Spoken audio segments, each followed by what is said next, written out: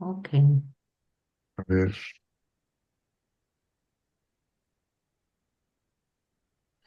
bueno, pues, ¿qué Aaron, tal? go ahead. Creo que ya estamos grabando. Buenas tardes, muchas gracias a todas las personas presentes eh, y los que nos visiten después. No me queda claro en dónde se va a grabar esto, ¿no? Si en la nube o en la computadora, pero ya, ya veremos. Entonces, me presento, soy Gerardo Otero, soy profesor emérito de Sociología y Estudios Internacionales en Simon Fraser University, y soy facilitador de la red de académicos para el desarrollo rural mexicano. Y el día de hoy tenemos el gusto de presentar a dos jóvenes, uno que va a presentar Héctor Ruiz Trafolla, y el otro que va a ser el comentarista. Heriberto Ruiz Trafolla es egresado de la Facultad de Economía de la UNAM y cuenta con estudios de posgrado en Inglaterra y Japón. Es doctor en economía por la Universidad de Kioto. Su área de especialidad es la economía política de la alimentación en barrios pobres del sur global, perdón. Actualmente es profesor asociado en gestión política y mercados emergentes en la Escuela Nacional de Estudios Superiores, en la unidad, que es una componente de la UNAM, en la unidad Juriquilla. Y de una vez les voy a presentar a José Tenorio, que es el que nos va a hacer el comentario. Él es doctor en estudios críticos de la alimentación por la Universidad de Queensland, Australia. Fue profesor asistente de la Escuela de Ciencias del Movimiento Humano y Nutrición de esa misma universidad entre el 2021 y 2023. Su agenda de investigación gira en torno a la dimensión política de la alimentación y la relación entre sistemas alimentarios y salud colectiva. Actualmente es investigador postdoctoral en el Instituto de Investigaciones Antropológicas de la UNAM en la Ciudad de México. Es coeditor eh, del Routledge Handbook of Critical Obesity Studies, publicado por Routledge en 2022, y autor de School Food Politics in Mexico, publicado por la misma editorial en 2024. Y es parte del Sistema Nacional de Investigadores e investigadoras a nivel candidato desde enero de este 2025. Entonces, sin más, le vamos a dar la palabra a Heriberto. Ok, Adelante, Heriberto. sí, muchas gracias. Voy a compartir mi pantalla. Eh, Ujú. ya la estoy compartiendo. ¿Sí la alcanzan a ver? Pues ¿Sí la ven? No, no se ve todavía. Ah, ya, ahora sí, ya la ven. ya la Ah, vemos, sí. bueno. Sí, el título de mi presentación la tengo toda la diapositiva en inglés para que las personas que ven el video después la puedan seguir. Y la voy a Ujú. presentar en español. El título es La apropiación del consumo para el capital. Estoy como haciendo una síntesis en estos minutos que tengo de lo que ha sido mi investigación de los últimos años, desde que fue más bien mi investigación doctoral, algunos aspectos postdoctorales y lo que estoy haciendo ya ahora en México. Eh, la idea es, la foto que ven ahí fue de las primeras veces que yo fui a Manila. Yo soy originario de Ciudad Nezahualcóyotl y crecí, mis abuelos llegaron ahí en los 60s, mis papás ahí se conocieron en los 70s. Entonces a mí me ha tocado ver la evolución de las zonas pobres marginales de la Ciudad de México y desde esos años, yo fui niño en los 80s. Y cuando yo fui a Manila por primera vez en 2013, esta foto es como del 2016, donde ya estaba yo haciendo ya trabajo así muy adentro en los barrios, ¿no? Me recordó mucho de las primeras veces que yo fui a Ciudad Nezahualcóyotl de los 80, es como si hubiera viajado en el tiempo, como 25 años viajando en el tiempo hacia atrás. Esa fue mi primera impresión de Manila, pero algo que sí es diferente a cuando yo fui niño fue la cantidad de productos empacados, ya hecho por las corporaciones, alimentos empresariales empacados que en todos los barrios ya existía de una manera brutal. igual que en México empezaron a llegar antes que a Manila, que eso ya lo sabemos, pero esa combinación de factores de mi vida y del fenómeno que ya habíamos visto en México y lo que yo fui a Manila fue lo que me despertó el interés para una investigación de largo alcance y que hoy voy a resumir. Quiero empezar mi presentación con una foto de las primeras veces que yo empecé a leer sobre el aspecto político de Filipinas. Es una foto muy famosa, tomada el 23 de febrero de 1986. Fueron 3 días donde toda la ciudad salió a protestar y el dictador Fernando Marcos tuvo que salir corriendo en helicóptero hacia Hawái. Entonces esta foto es muy icónica y me tocó, de la que la vi la primera vez, vi como siempre el letrero que dice el de Coca-Cola, ¿no? Que en los mejores momentos siempre está Coca-Cola. Y me recordó mucho de lo que nosotros hemos vivido en México, de los movimientos urbanos populares, que también o sea, es de larga historia y que muy masivos, y que después de los eventos termina uno tomando Coca-Cola y comiendo sabritas y comiendo toda la comida empacada que uno critica. Entonces mi tesis se tituló Economía Política de la comida, en inglés, ¿no? Corporate Packaged Food, y en español la tradujimos Alimentos Empresariales Empacados, ¿no? Y después vino a hacer un libro publicado por el Ateneo de Manila, University Press y la Universidad de Kioto. Yo quería que fuera publicado en Manila para que circulara con la gente de Manila. Sí había tenido ofertas de otras editoriales más famosas, pero yo quería que fuera publicado en Filipinas, porque a fin de cuentas mi trabajo es para hacer cambios políticos y sociales allá y también aquí en México, ¿no? Bueno, entonces eso me recordó, yo rastreé líderes guerrilleros. Ahí en el libro yo lo explico desde José Rizal hasta líderes guerrilleros que disfrutaban mucho comiendo comida y bebidas industrializadas. En México igual sabemos del Che Guevara, que era adicto a la Coca-Cola, Paco Ignacio Taibo. Y hay un montón de líderes que no alcanzan, los movimientos sociales no alcanzan a comprender cómo silenciosamente se mete en los significados, en la vida de la gente y también en el aspecto político. Yo estudio este tema desde un aspecto de economía política, no desde la nutrición. Ya hay muy buenos estudios de nutrición, hay muy buenos estudios de los regímenes de dieta. Yo he tratado de estudiarlo desde un aspecto político urbano, que esa es parte de mi contribución. Eh, entonces voy a empezar con esto. El argumento empieza con lo que conocemos, ¿no? Como un problema urbano, de alimentación urbana, donde tenemos, sobre todo en las áreas marginales, las áreas pobres, que hay muy poco espacio y lugar para sembrar y para producir el propio alimento y ser autosuficientes. Desde ahí voy a empezar el argumento. En esta parte voy a tratar de ir más rápido para llegar a la parte teórica y a la parte política. El problema principal que tenemos es la cantidad enorme de ciudades, megaciudades que están creciendo en el mundo, sobre todo en el sur global, que ya están más de 500 y se está esperando que sean casi 800 ciudades con más de 10 millones de habitantes, incluyendo el Metro Manila y la Ciudad de México.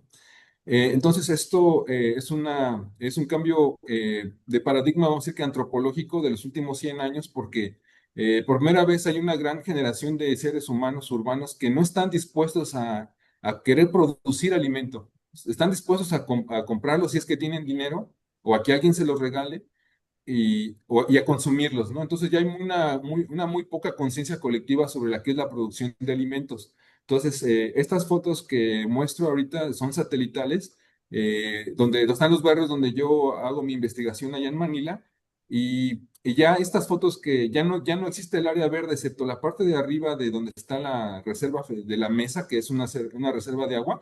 Todo lo demás ya está lleno de hogares. Desde 1989 vamos a decir que hace 5 o 10 años ya hasta rebasó esta mancha urbana.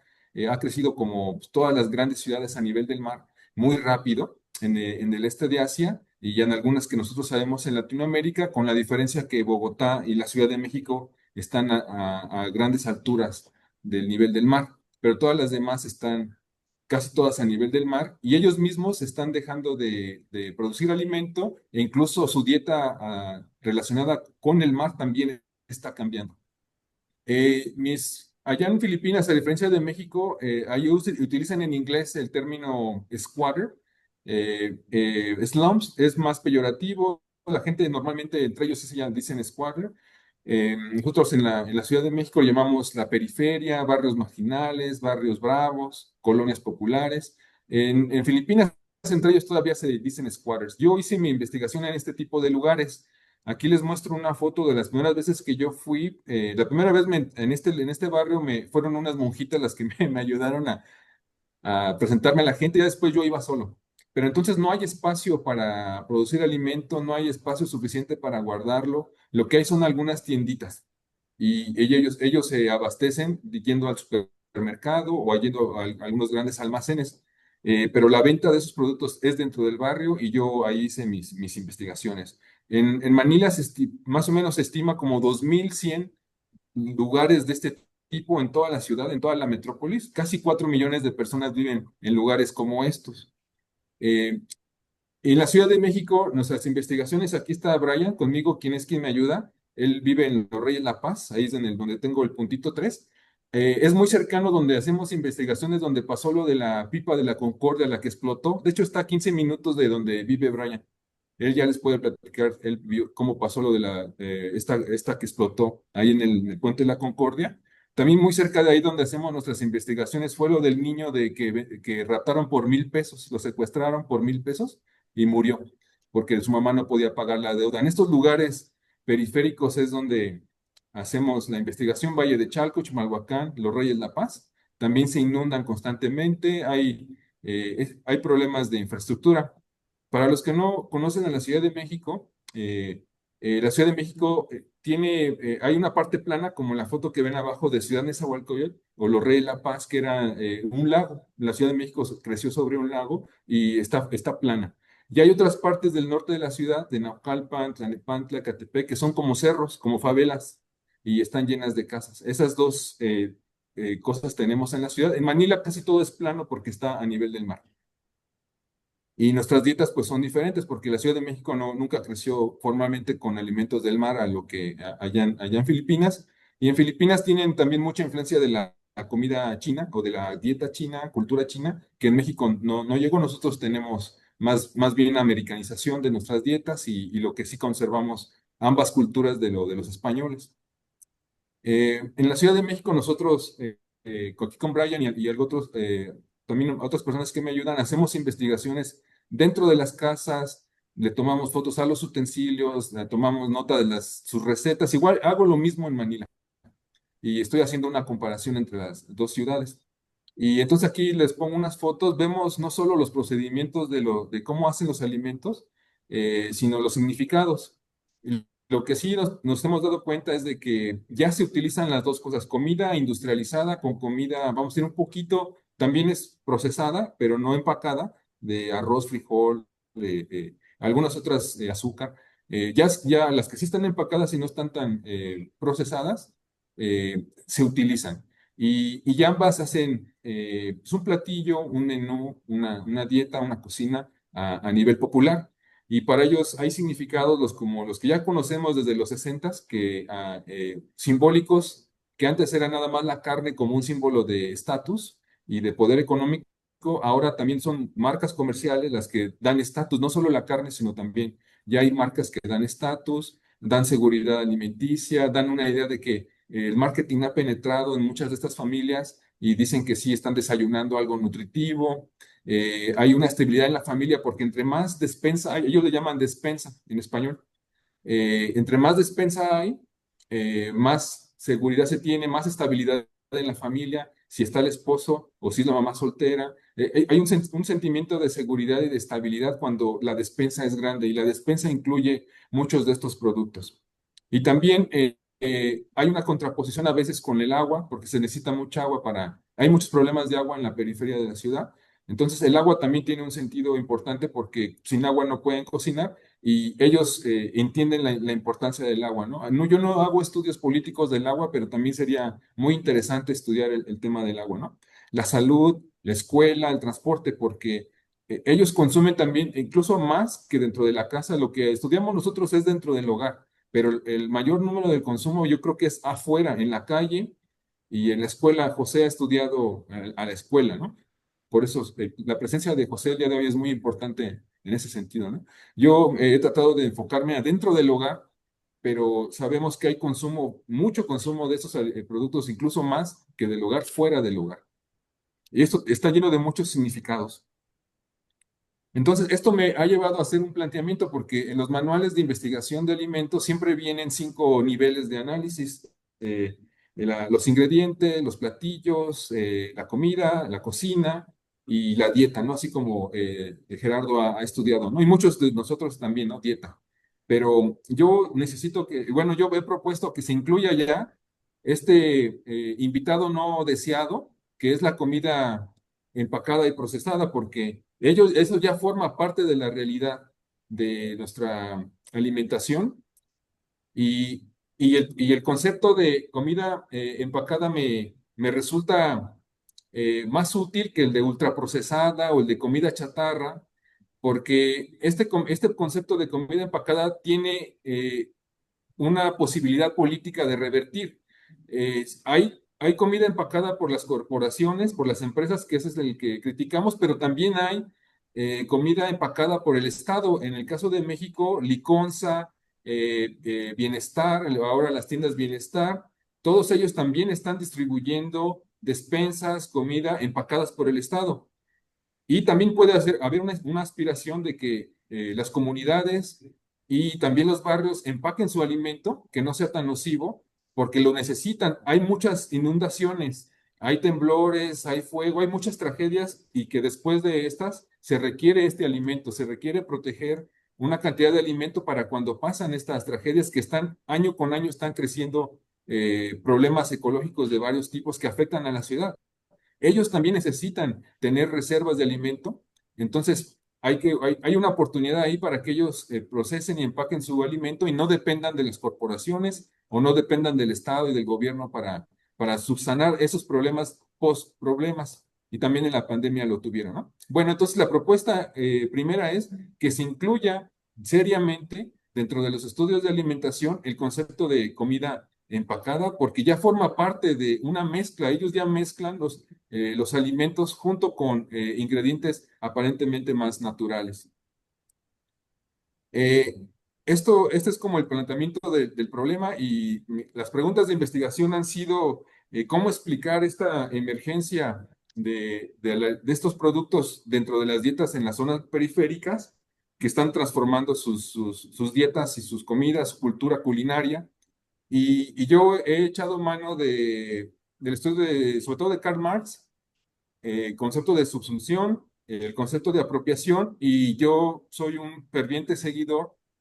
No los conozco, pero me gustaría haberlos conocido, conocerlos a David Goodman, a Michael Redcliffe, a Williamson es John, creo que es Williamson, John Wilkinson, es Wilkinson, a Benjamin Sorge. Ellos son brasileños que hicieron junto con David Goodman y con Michael Redcliffe desde los 80 estudios en Brasil y en México para entender este proceso, ¿no? Y a mí me gustó el cambio que ellos hicieron. Al inicio de los 80 ellos escribieron un libro sobre explicar del campesino al proletariado, From Peasant to Proletariat.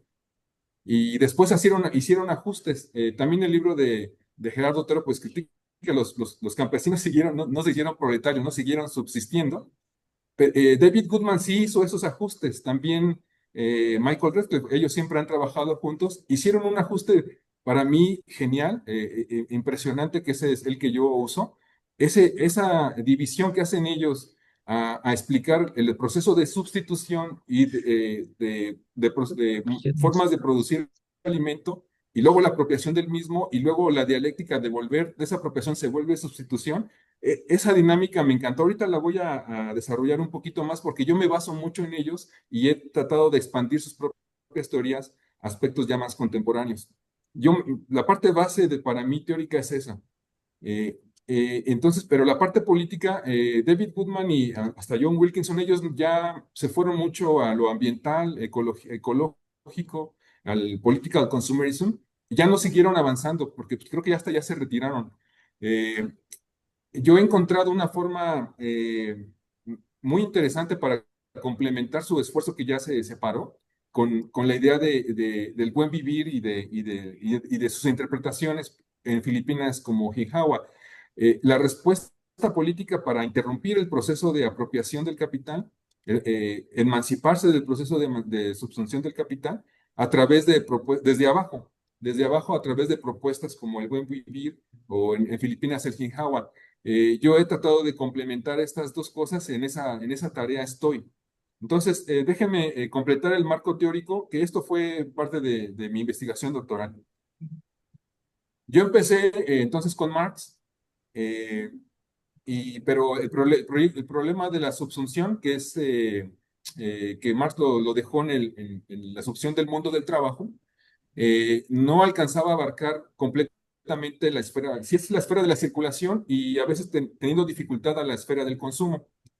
Entonces, para mí fue muy grande la aportación de David Goodman y with Radcliffe y con sus colegas brasileños, porque ellos dividieron el tema de la subsunción en dos, hicieron la parte del cruce dialéctico y la dinámica dialéctica para explicar el procedimiento desde 1860 hasta el 2000. Ellos avanzaron bastante en esos años.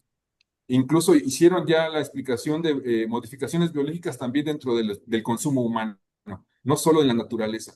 Yo he usado esa base, releí a Marx el capítulo 15 y el 24 del Capital, donde explica Marx el uso de la maquinaria y cómo subsume trabajo de las mujeres y de los niños. Y ahí Marx hace muchas anotaciones a pie de página del consumo de las niñas, de las mujeres y de los niños antes de ir a la fábrica o después de ir a la fábrica.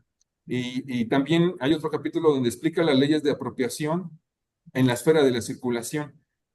Hay mucho, releía Marx ya no con la categoría de subsunción, sino con la categoría de apropiación. Y ya me quedé con la categoría de apropiación porque tiene el efecto político que desarrollé de reapropiar el consumo.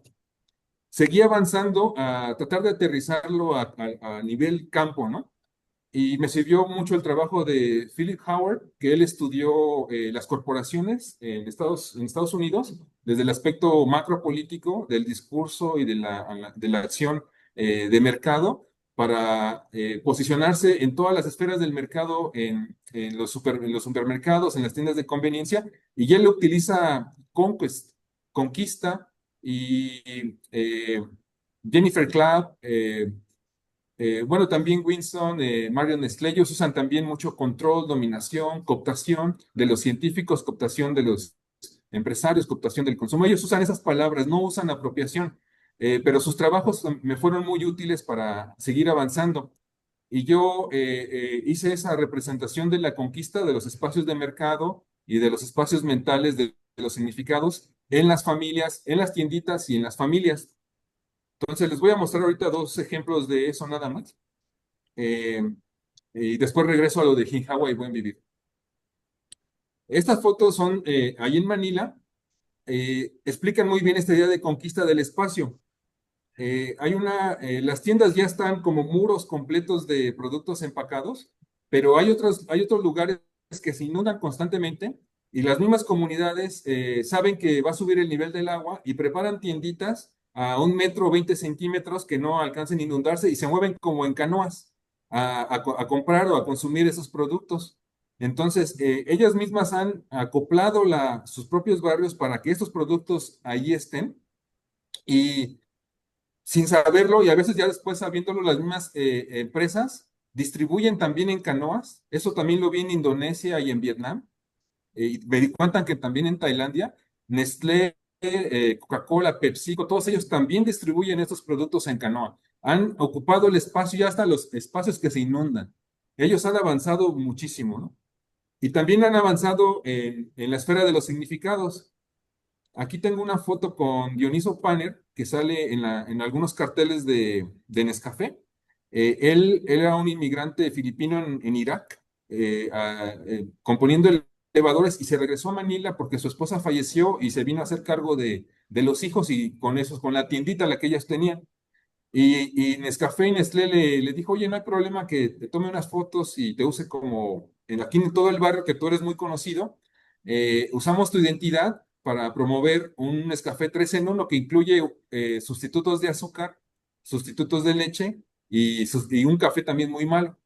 Y hacen un 3 en 1 muy barato, dos sobrecitos, un twin pack por 9 pesos filipinos. Y él estaba feliz de aparecer en las fotos, de usar su apellido, y en todo el barrio, pues lo usaron. Y él estaba, pues él le daba risa, él no tenía esa conciencia de lo que estaba haciendo la empresa sin darle nada, ¿no? Y lo que es muy común, pues usar el nombre de las personas al nombre de la tienda, y ahí, eso es muy común en muchos lugares del mundo, ¿no? Pero yo llegué a encontrar con Dionisio hasta que su propia cara, su propio nombre, su propia reputación la usaron sin ningún pudor. Entonces también las empresas han avanzado muchísimo en su marketing, ahora también en redes sociales, o sea, es un nivel impresionante de sofisticación del marketing que ellas ya tienen, ¿no? Esos dos avances de conquista los he ido documentando, ¿no? Y tanto en la tesis, en mi libro y en los trabajos que hago. Ahora, ¿cómo salir de esto, no? Esa es la parte, ¿no? La documentación, entonces, para mí el trabajo viene de entender las dos esferas que al mismo tiempo están avanzando, la esfera del mercado y la esfera de los significados. Yo pude encontrar documentos de los años 80 de tiendas de consumo de alimentos y de tiendas en Filipinas, donde se puede entender que menos del 10% de los productos que se vendían en los 80 eran productos de empresas. Se vendían muchos productos del campo. Y del lenguaje, la referencia a sardinas, a sazonadores, a pan, a café, todavía mentalmente las referencias eran sociales, culturales, de agricultura. Todavía los significados de alimento estaban ligados al campo. Como ha ido avanzando, yo cuando empecé a hacer mis estudios en el 2016, ya esto había variado, ya como aquí en México llamamos Kleenex o Maruchan, ya las mismas marcas empiezan a sustituir el lenguaje y ya hay productos que ya no se llaman con su nombre original, sino ya se llama el nombre de la marca y los significados empiezan a avanzar a aspectos emocionales, afectivos, de poder, de estatus, todo eso empiezan a combinarse. Significados de alimentos con significados comerciales, empiezan a avanzar.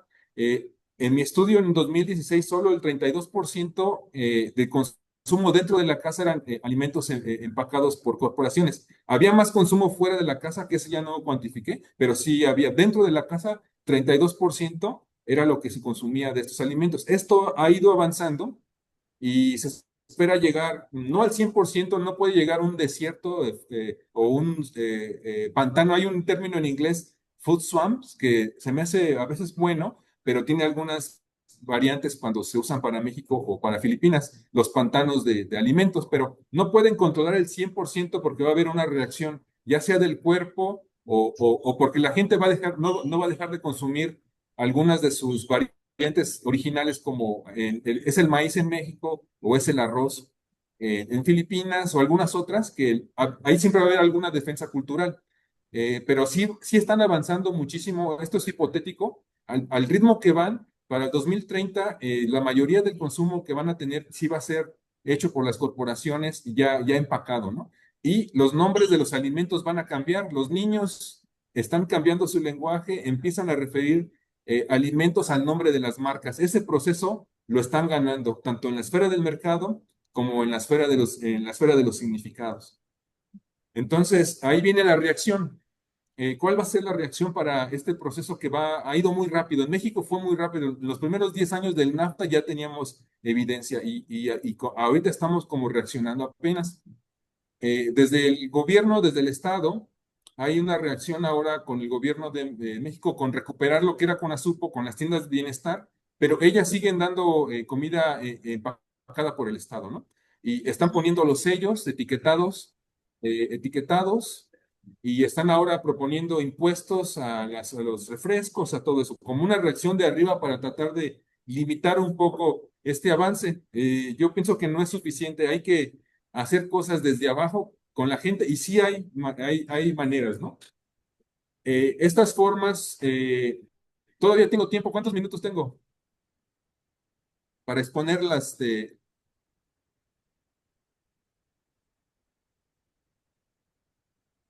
Me quedan, No, ustedes me perdón, no, avisan. pues ya andas como en -2, maestro. Entonces entonces ahorita ya Ya pasaste, hacemos sí. las preguntas. Eh, eh, Hay bastantes iniciativas desde abajo, pero que ya no refieren a la economía política clásica o al gobierno, al Estado. Ya son cosas muy locales que refieren a conocimientos ancestrales, a conocimientos de sus comunidades originarias. Sí hay un despertar de eso. Hay un aspecto también filosófico, recuperando aspectos identitarios de los ancestros, una conciencia de lucha organizada urbana para ligarse con cosas rurales, con la defensa de la naturaleza, recuperar espacios de cocina, conocimiento culinario que no se pierda y algunas otras alternativas. Sí hay esfuerzos que son muy pequeños, muy modestos, pero sí existen. Yo pienso que un complemento de las dos, tanto esfuerzos que haga el Estado, son bienvenidos. Y los esfuerzos poquitos que hay, pero ya empiezan a salir más desde abajo, encontrar puntos intermedios de que se comuniquen. Y el Estado necesita reconocer más los esfuerzos del buen vivir, los pluriversos, necesita reconocer más eso. Y los de abajo un poco flexibilizarse si hay algún esfuerzo del Estado y aprovechar las tiendas, aprovechar algunos programas que tenga el gobierno y encontrar ahí esos mecanismos de cooperación. Si después hay más tiempo las preguntas, les muestro algún ejemplo de los otros, pero sí hay reacción. Sí hay reacción y eso es una buena noticia. Muy bien, Heriberto, muchas gracias. Pasamos directamente al comentario de José, de 3 a 5 minutos, y luego abrimos al público. Muy buenas tardes, muchas gracias por la invitación y bueno, mi comentario va a ir enfocado al maravilloso libro de Heriberto, Package Food, Package Life y para, ¿Puedes levantarlo de nuevo para que lo veamos mejor? y para ceñirme al tiempo voy a leer un escrito. El cambio de una dieta basada predominantemente en alimentos frescos por otra basada en alimentos industrializados y el efecto de este cambio en la salud ha sido objeto de estudio de la epidemiología nutricional desde finales del siglo XX hasta la fecha. En este periodo se ha generado una sólida evidencia científica que demuestra que el consumo de estos alimentos industrializados, también llamados ultraprocesados, tiene una repercusión negativa en la salud.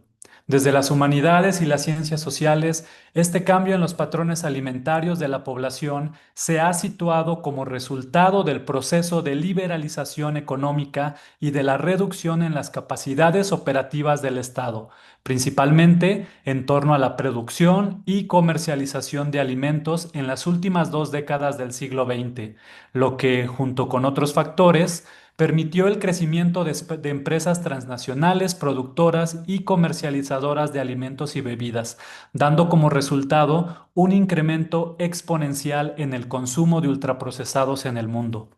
En Package Food, Package Life, Ruiz Tafoya explora cómo el consumo de este tipo de alimentos y bebidas se ha arraigado entre la población de barrios con alta marginación en la zona metropolitana de Manila, Filipinas. La relevancia de este estudio comienza desde la selección del sitio de campo por el autor, ya que la literatura en la materia muestra que las empresas transnacionales han priorizado el crecimiento de sus mercados en países del sur global, entre otras razones, debido a que las regulaciones en estos espacios suelen ser más laxas y aún existe una carga simbólica bastante positiva asociada con el consumo de estos productos, que en sus inicios se anunciaron como un sinónimo de modernidad.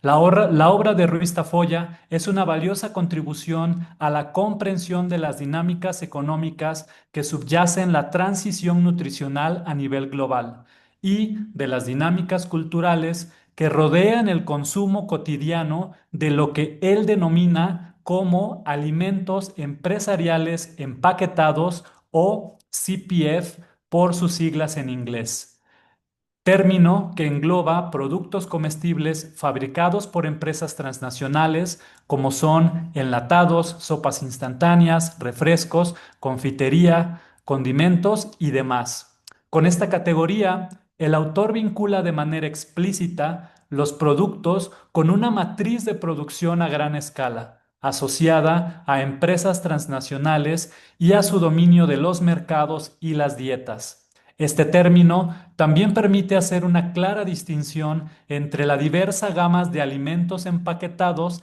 enfatizados, y este punto me parece vital, que el problema no es el empaquetado en sí mismo, sino la lógica de mercado que acompaña la producción de estos alimentos. Así, una interesante propuesta del autor es que se deberían generar las condiciones para que existiera un mayor acceso a otro tipo de alimentos empaquetados producidos, por ejemplo, desde una lógica comunitaria o cooperativista.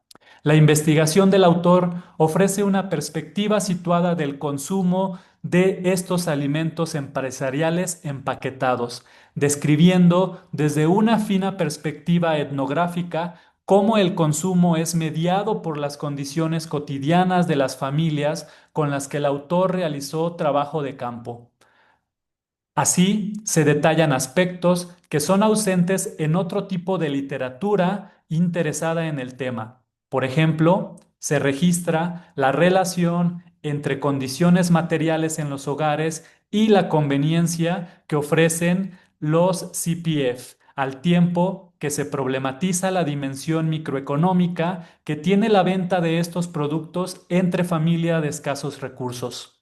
Quizá por mis propios intereses de investigación actuales, el capítulo que más llamó mi atención es donde Ruiz Tafoya detalla la compleja red a través de la cual circulan los CPF en sus sitios de campo en Manila, en la que toman parte grandes centros de distribución, supermercados y tiendas de conveniencias, pero también puestos ambulantes, triciclos y vendedores de a pie, quienes hacen disponibles estos productos en zonas donde sería imposible encontrarlos de otra manera, lo cual tiene un amplio beneficio para las grandes empresas, pero paradójicamente representa un mínimo ingreso de subsistencia para quienes lo llevan a cabo. Para finalizar, me gustaría enfatizar que la idea de que el empacamiento de la comida no es un problema en sí mismo, sino que el problema radica en quién y desde qué lógica se empaqueta, es provocativa y abona a discusiones actuales en términos de regulaciones en salud alimentaria. Muchas gracias. Muchas gracias, José. Pues abrimos ahora la discusión al público. Gabriela, adelante. Sí, muchísimas gracias, Heriberto, por una excelente presentación y José, súper comentario. Muchas gracias a ambos. Tengo una pregunta sobre los mecanismos de cooperación que mencionaste al final y que no tuviste tiempo para ampliar.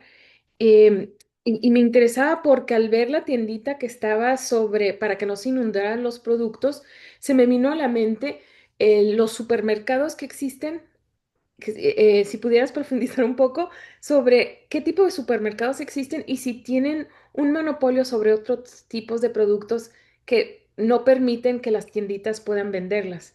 Esa era una pregunta y la otra era si hay electricidad dentro de las casas, porque muchos de estos productos tienen que ser consumidos después de con microondas, pero no sabía si había refrigeración en las casas. Entonces, con el comentario que hizo José sobre las condiciones materiales en las casas, ¿cómo impacta eso en la posibilidad de tener otro tipo de alacena en los hogares? Tengo otras preguntas, pero le paro ahí porque a la otra ronda. Muchas gracias. Sí, quisiera preguntar antes de pasar a responder si hay otras preguntas para acumular un par de preguntas y luego ya pues pedirle a Heriberto que responda. ¿Alguien más quiere? ¿Kirsten? Adelante, Kirsten. Tienes que prender tu micrófono.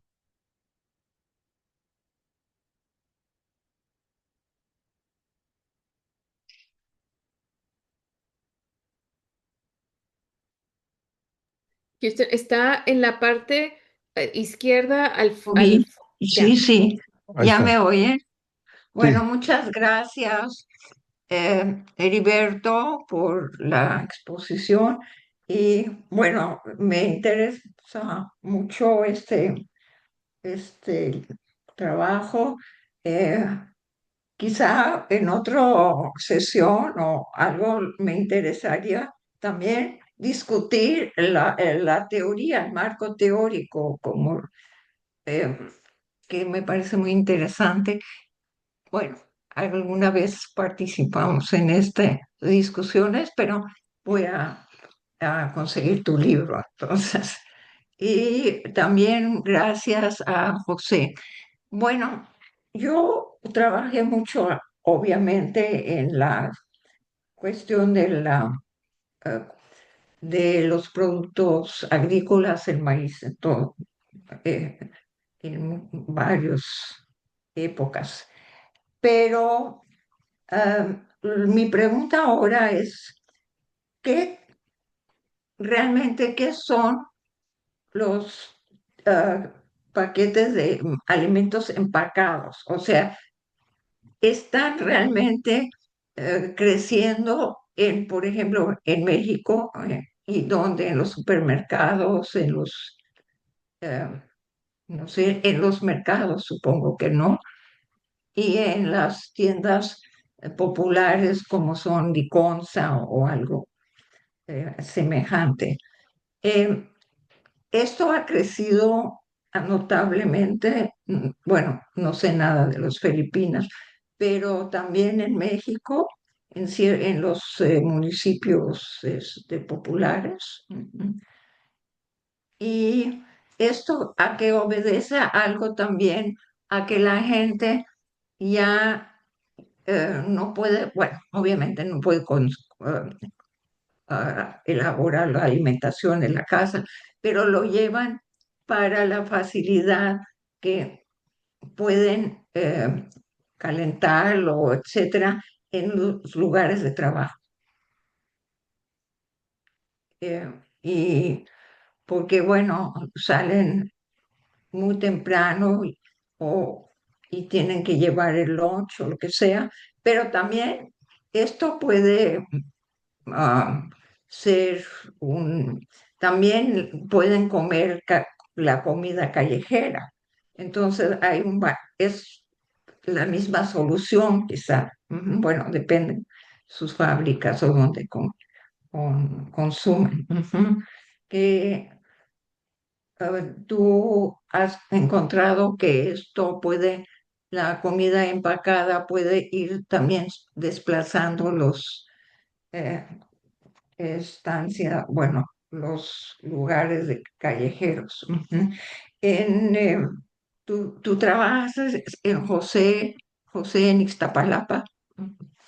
Alguna vez leí o conocí brevemente un proyecto ahí y en una escuela para, eh, bueno, para que los niños tuvieran acceso a un discurso, diría yo, y prácticas de elaborar y conocer qué es los alimentos sanos. Pero el problema ahí es que en realidad los padres no solamente no les llevaba el lunch o lo que hacía lunch y los llevaba, sino que daba dinero para que los niños compren en la escuela o compren a la salida comida de callejera. Entonces mi impresión es que es tan difícil en tiempo, en dinero, que realmente em, tener comida sana, ya sea la industrializada total o, bueno, la comida empacada, que yo no tenía conciencia realmente de esta es una nueva forma de poder tener una dieta o una comida intermedia entre la hogareña y todos los productos de, de las elaborados de fábrica, diría yo. Muchas gracias, Kirsten. Bueno, me parece que Heriberto acaba de compartir, pues no sé si el libro completo o la forma de Sí, conseguirlo. ¿Nos puedes no, les explicar? compartí de una vez el libro, consíganlo en Amazon y todo, pero igual y tarda, porque desde Ajá. Filipinas o desde Japón. Y también mi tesis doctoral, porque para entender las dos, hay que leer las dos, porque el libro está, le quité muchas cosas teóricas al libro para que fuera para una audiencia más popular, y las partes teóricas se quedaron en la tesis.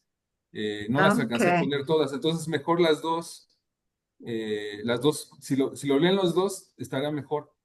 Bueno, pues ahí está O en... revisarlo. Y Sí, el libro es más antropológico y sociológico, y mi tesis es más de economía política. sí, Entonces, claro. hay que complementarlo.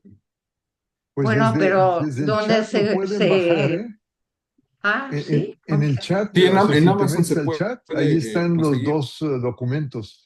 Y Entonces, ahí yo están los dos tengo un par de documentos. preguntas antes Sí, de adelante. darte la palabra, Heriberto. No sé si Brian quiere hacer alguna pregunta o pero bueno, mira, yo tengo dos, tres preguntas. O sea, una, si has considerado si existen datos o cómo se puede determinar eh, la división entre el control de la comida empaquetada por parte de las tienditas, que es en lo que tú te enfocaste, y por parte de los supermercados, ¿no? Porque, digamos, una de las cosas de las que yo hablo en mi libro es sobre la supermercadización.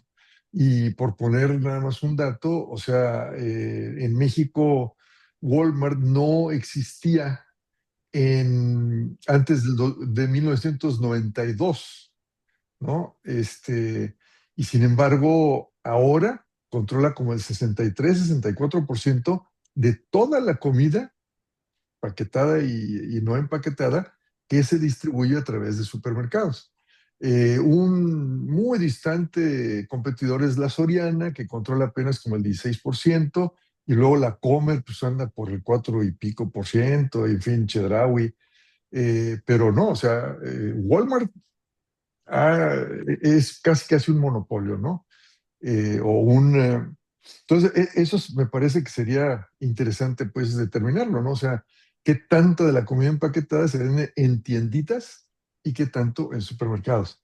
Otra pregunta, algo que acaba de reforzar, pues, el gobierno de Claudia Sheinbaum, con el cual, digamos, entre paréntesis, o sea, yo estoy muy contento con este gobierno, pero no tanto con el hecho de que hayan aumentado o sostenido el impuesto a las bebidas endulzadas. ¿Por qué no estoy de acuerdo? Por la sencilla razón de que esto parece proceder de una perspectiva muy individualista del acceso a los alimentos, ¿no? Y una de las tesis fundamentales de mi libro de Neoliberal Diet, pues es de que más bien eh, las partes más hipercalóricas, que en inglés se dice energy dense, de los alimentos, son las más fáciles de adquirir, ¿no? Y entonces, y lo más saludable es lo más inaccesible económicamente. Entonces, pero el problema es que con las bebidas endulzadas, o sea, para mí es una forma de ponerle un impuesto adicional a los más pobres. ¿Por qué? Porque los más pobres son los que tienen menos acceso a, entre otras cosas, el agua potable, ¿no? O sea, no todas las escuelas tienen bebederos de agua potable. Entonces, en fin, eso es una cuestión, eh, en fin, yo creo que mi argumento les encantaría a la Pepsi y a la Coca-Cola, ¿no? Pero no lo digo por defender sus intereses, ni mucho menos, ¿no? Pero yo creo que objetivamente, pues sí es un impuesto a la gente más pobre, ¿no? Y ya por último, para terminar, pues sí, creo que hay que distinguir entre empaquetada, elaborada, que sería pues tal vez la comida hecha en casa, es elaborada, no necesariamente, aunque sea procesada, pero no es empaquetada, ¿no? Y luego la ultraprocesada, que casi yo creo por definición, yo creo que la comida ultraprocesada pues es empaquetada, ¿no? Y nada más menciono un criterio de Michael Pollan en alguno de sus libros, no me acuerdo cuál, pero él dice que veas el paquete, ¿no? Y si dice que trae más de 5 ingredientes, no lo compres porque eso ya es ultraprocesado. Pues bueno, pues ahí están más que preguntas, pues medio comentarios, preguntas, ¿no? Sí, Pues muy, Hola, yo muy sí buenas. quisiera, te Hola. damos yo la sí quisiera palabra. hacer algunas preguntas. Ah, Sí, hola, ¿qué tal? ¿quién? Muchísimas gracias, Heriberto, Ah, por la Olivia, perfecto, exposición. sí, sí. Sí, claro, y los comentarios, Es ¿no? que no te veía, Eh, no te veía la mano ni nada, porque como no tienes la sí, cámara prendida. perdón, exacto, es que si no tengo la compu me pierdo. Sí, adelante, adelante. Bueno, lo que pasa es que las fotografías que presentó en su presentación son muy provocadoras, ¿no? Realmente con esas tienditas, no sabemos bien a bien cómo es, un poco como la comparación con México, que nosotros tenemos las tienditas de la esquina por donde sea, ¿no? Y de pronto no se parecen a esos monstruos, a esas paredes que nos muestra Heriberto. Pero sí, mis preguntas más van en el sentido de cómo es la ciudad de Manila. ¿Por qué? Porque si bien la Ciudad de México es enorme, grandísima, tiene espacios rurales donde se produce comida y es mucho más accesible tener mercados, mercados en donde encontramos alimentos y la gente pues tenemos múltiples opciones, ¿no? E incluso en esas colonias pues más populares. Entonces, en ese sentido, sí me quedaron esas dudas acerca del carácter más productivo y de las zonas productivas de Manila, quiénes son los que producen cerca o a lo mejor no son tan cerca, o los canales de distribución tampoco son fáciles, ¿no? De acceso para la gente. Entonces, van por ahí mis preguntas, ¿no? Esta parte más relacionado con la producción de los alimentos en la región cercana a Manila y la posibilidad que tengan de accesar a ellos la gente de las colonias, ¿no? Y la otra que sí tiene que ver más con como qué categorías políticas estás utilizando en el sentido de la alimentación en sí, ¿no? Es decir, quienes consumen este tipo de alimento que tú le llamas empaquetada, pues, ¿no? O sea, está relacionada sí con su nivel económico, el acceso a la comida, pero también está el otro lado que tenemos, ¿no? Que bueno, eh, uno consume esa comida porque es lo que hay, está más barato y la cosa es alimentarse, ¿no? O sea, comer más bien, no alimentarse. Entonces van por ahí mis preguntas. Muchísimas gracias. Muchas gracias, Gracias a ustedes. Olivia. Pues te Gracias a ustedes. damos, Sí, ¿qué será? Unos 5 minutitos, 5 minutos. Sí, la mayoría de las Heriberto. preguntas estuvieron en la esfera de la circulación y lo que José decía, ¿no? Yo hago un estudio muy detallado de todo el circuito de alimentos. Yo encuentro 13 diferentes canales donde la comida llega, no solo los supermercados. Sí, los supermercados son el número uno, pero en el caso de Manila y algunos barrios de la Ciudad de México, de la periferia, no están al mismo nivel. El supermercado es un proveedor de esas tienditas. Para nosotros, fuera de esos barrios, sí están al mismo nivel, pues vamos a decir que la gente puede ir a uno a otro. Pero normalmente para los barrios marginales, el supermercado es un lugar de distribución, bueno, de mayoreo, es casi de mayoreo. Compran ahí mayoreo y revenden lo que compran en el supermercado. O sea, hay un segundo piso, hay un segundo nivel de distribución.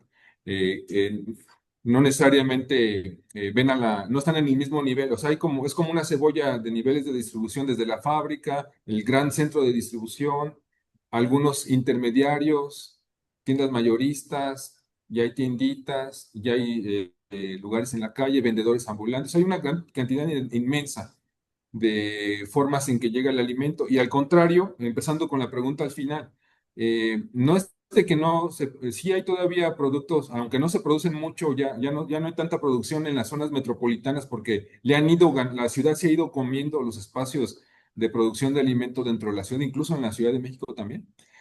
También en Manila, cada vez hay menos lugares, hay que ir a 200 kilómetros, 150 kilómetros. Esa fuerza de distribución no la tienen los productos rurales.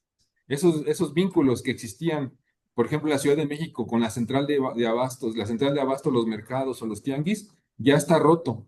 Y también en Manila con Divisoria, para Cañán, hay otros mercados supermercados por allá. No tan grandes como la central de abasto, pero igual. El problema, esos circuitos de distribución de ese alimento no están, en cambio los de las empresas sí están. Eh, no tengo ahorita tiempo, pero tengo una cantidad de así que explicarles a detalle cómo circula. Es impresionante cómo las empresas sí se han organizado para que llegue a nivel, a lugares así escondidísimos, urbanos y rurales, y desafortunadamente ese mismo sistema no está hecho para otros productos rurales. Ahí sí el Estado nos tendría que ayudar, ¿no? Ahí sí tendría que ayudar el poder del Estado para rearticular eso. En el caso de los mercados y los tianguis, ellos se han vuelto más lugares de comida preparada, ya no vender el ingrediente, sino ya llega la gente a comer ahí, comida tradicional.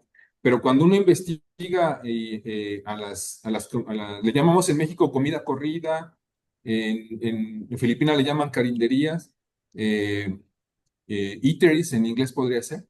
eh, Ahí ellos para preparar ese alimento también usan mucho alimento industrial para preparar alimentos. O sea, ya hay mucho procesamiento dentro de las mismas cocinas, tanto en los mercados, en los tianguis o así como en las casas.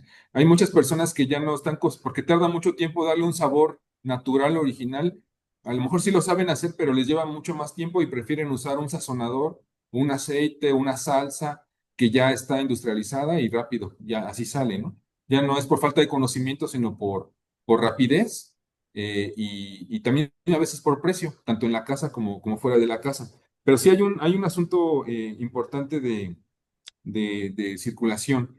Eh, también hay fotos de las tiendas de Liconza, tiendas del bienestar. Ellos también están distribuyendo las tiendas del Iste, distribuyen mucha comida empacada por las empresas, no necesariamente del Estado. Parecen otro Oxxo medio chiquito, un Oxxo chiquito, no tan fuerte, no tan exagerado, pero ellos también no están conscientes de eso. De hecho, si ustedes ven los 24 productos que son cuantificados para el salario mínimo, 12 de esos productos son hechos por las empresas, por las corporaciones. El mismo cálculo del salario mínimo está hecho por 24 productos y se calcula el precio dado por las empresas, ya sea el huevo de Bachoco o algunos productos de Nestlé, el Nescafé está incluido, ¿no? O sea, están metidos en todos lados, esos productos están metidos en otros lados, y yo no uso tanto el de ultraprocesados, el concepto abarca más, porque el ultraprocesado abarca a la fast food, a la comida rápida, a las pizzas, a las hamburguesas, o sea, el ultraprocesado está demasiado grande el concepto. Y en cambio, este que yo uso me ayuda a trabajar con el símbolo, porque en el empaquetado viene el logo de la empresa y viene el icono del animalito que usan, o la animación que usan. O sea, puedo jugar más con el empaquetado para la crítica del marketing, que el ultraprocesado es muy difuso. En el ultraprocesado está demasiado difuso porque es demasiado grande el concepto. Y es muy técnico para el tema de la nutrición. Es muy bueno, es muy útil para la política pública de salud y nutrición. La encuesta de nutrición ayuda para eso, pero no ayuda para lo que yo investigo, la encuesta de nutrición, ni tampoco la encuesta de ingreso o gasto de los hogares. Por eso el cálculo, el dato que tú pides, Gerardo, lo tenemos que calcular nosotros, estimarlo nosotros, porque los censos y las encuestas de ingreso o gasto sí te hablan de supermercado, tiendita de abarrotes, sí viene ese rubro, pero no dice el consumo, o sea, nada más te dice lo que ellos venden. Tenemos tenemos que preguntarle a la familia. Yo hago ese tipo de cuestionarios, o sea, ¿dónde está comprando el producto? ¿Cuánto cobra? Y sí, ahí te das cuenta que es del supermercado, qué tanto van ahí a la tiendita o a otros lugares. Pero sí, el supermercado gana en todo el mundo, ¿no? Sí, esa dinámica que empezó en el país, los países avanzados, sí ha llegado a todas las grandes ciudades, incluyendo a la Ciudad de México y a Manila, pero en los barrios pobres, los supermercados a veces son ellos también, donde las mismas tienditas van a comprar. No toda la gente va al supermercado. Y en Manila, donde el nivel de pobreza es todavía más grande que la Ciudad de México, no los dejan entrar porque van en chanclas, así van en sandalias, se ven como muy pobrecitos, muy sucios, y el policía no los deja comprar, los anda vigilando que no se robe nada y prefieren no ir ahí.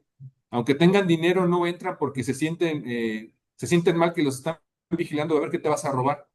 Y también las mismas empresas, eh, sobre todo en el este de Asia, eh, amarran como con un diurex que no compren las personas de a uno o de a dos o de a tres, que compren de a 10 o de a 15. Y ese es otro de mis descubrimientos que ustedes van a ver ahí en mi tesis. Yo pensé que lo más importante era el ingreso, o sea, el precio. Pero para las familias pobres, el problema del espacio es muy importante. Aunque compres una cosa grande, no tienen dónde guardarla porque el refrigerador, aunque sí hay electricidad, el refrigerador es un refrigerador chiquito. A veces no cabe todo y se les echa a perder. Entonces la pregunta de echar a perder cosas es importante. Prefieren comprar de a poco para no tener tanto ahí guardado. Y también el problema en los barrios pobres hay más insectos, hay más ratas, hay más cucarachas, hay más cosas. Entonces ellos tienen las latas les gusta por eso, porque las latas la rata no las muerde, pero las otras cosas sí. Y eh, si ustedes leen, hay un artículo, un paper que escribí sobre tienditas, y ahí hay una tienda que vende arroz, es la única que vende arroz de todo el barrio, porque ella sí puede proteger el arroz de que las ratas no se lo coman, las otras tienditas no. Entonces no pueden vender arroz porque aparte que no les cabe en la tienda uno de 50 kilos o de a 100 kilos, el problema de las ratas es grande, se comen el arroz, entonces prefieren no venderlo. O sea, hay otros problemas del espacio y de la ecología que hay que tomar en cuenta también. No solo el ingreso, no solo el precio, aunque tengan dinero, hay veces que no tienen el lugar donde guardarlo. Y si compran un refrigerador más grande, a veces hay cortocircuito, porque el voltaje es mayor y entonces prefieren un refrigerador más pequeño. O sea, hay un montón de detalles de esos que uno de repente pasa por desapercibido, porque si uno no vive en esos barrios pobres, pues uno se imagina que todo es normal, que hay cocina, que hay baño, que hay todo, pero en la realidad ellos no, ellos tienen muchos problemas de infraestructura dentro de la casa. Eh, ¿Alguna otra cosa que me estaban preguntando, que ya se me... O sea, había varias cosas, ¿no? No alcancé a ver a todo, pero espero que lo puedan leer con más detalle, ver algunos ejemplos de las reacciones.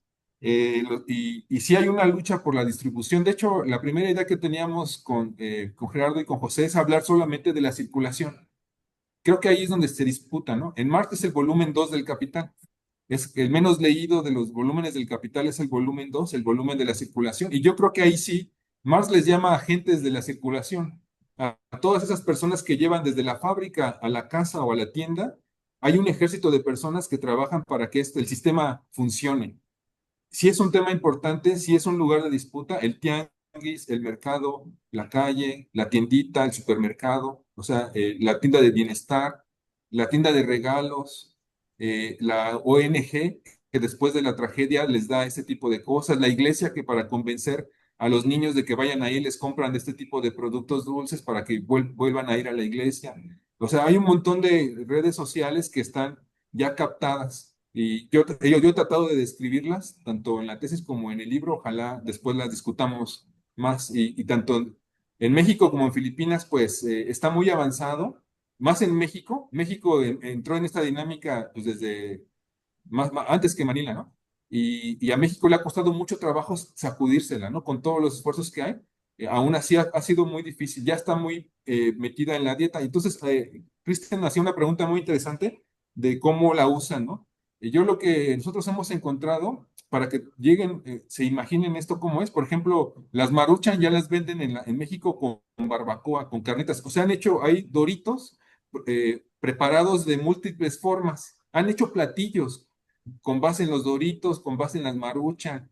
En las bodas de los barrios populares, después, cuando ya todos están borrachos, en lugar de dar taquitos o enchiladas o chilaquiles como era antes, dan una Maruchan. Eso es lo que dan en todas las bodas, dan sopa instantánea con limón y salsa Valentina para que se les baje la borrachera. O sea, está ya muy metido hasta en las bodas, en los funerales. Yo tengo fotos de bodas, funerales, bautizos, regalos. O sea, tengo listas de compras de lo que ellos van a usar para las bodas. O sea, ya está muy metido en la cultura esos productos, desafortunadamente. Entonces, salirse de eso requiere un esfuerzo mayor de distribución, de consumo, de volver a cocinar, de volver espacios en la escuela para aprender a sembrar, para aprender a cocinar, para preparar, para aprender a preparar el alimento, aprender a preservar el alimento con vinagres, con sales. Hay muchas formas de preservar alimentos. O sea, hay una riqueza cultural que hay que recuperar, pero se requiere mucha organización que ahorita las familias no pueden solas. Se requiere organización popular y también si el Estado ayuda, pues qué bueno. Muy No bien. sé. Bueno, miren, yo creo que voy a dejar de grabar y si gustan quedarse un rato y seguimos platicando un poquito más, las personas que puedan, ¿no? Eh, pues muchísimas gracias por su asistencia, muchas gracias a Heriberto por una magnífica presentación, a José Tenorio por sus comentarios súper bien pensados, escritos, listos ya como para mandarlos a una reseña por ahí, a alguna revista, ¿no? Así que, pero quédense un ratito, por favor.